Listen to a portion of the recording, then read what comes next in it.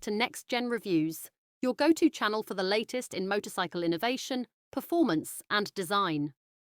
Today, we're diving into the 2025 Suzuki RMZ 450, a motocross machine that continues Suzuki's legacy of off-road dominance with subtle yet important refinements.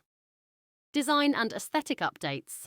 At first glance, the 2025 RMZ 450 sticks closely to its bold, race-inspired look.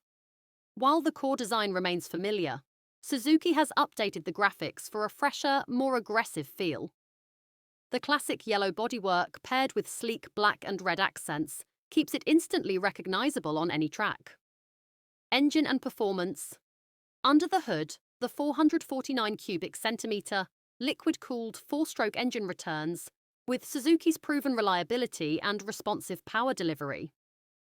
While the engine architecture hasn't dramatically changed, revised ECU mapping offers improved throttle response and low-end torque, giving riders more control out of corners and over jumps.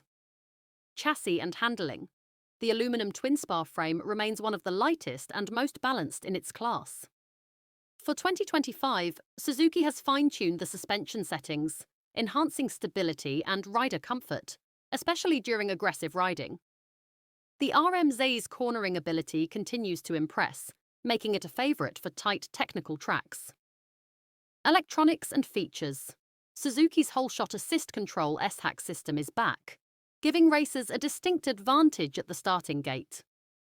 The bike also retains its fuel injection system, ensuring consistent performance regardless of conditions.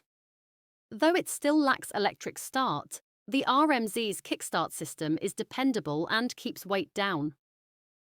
Final thoughts.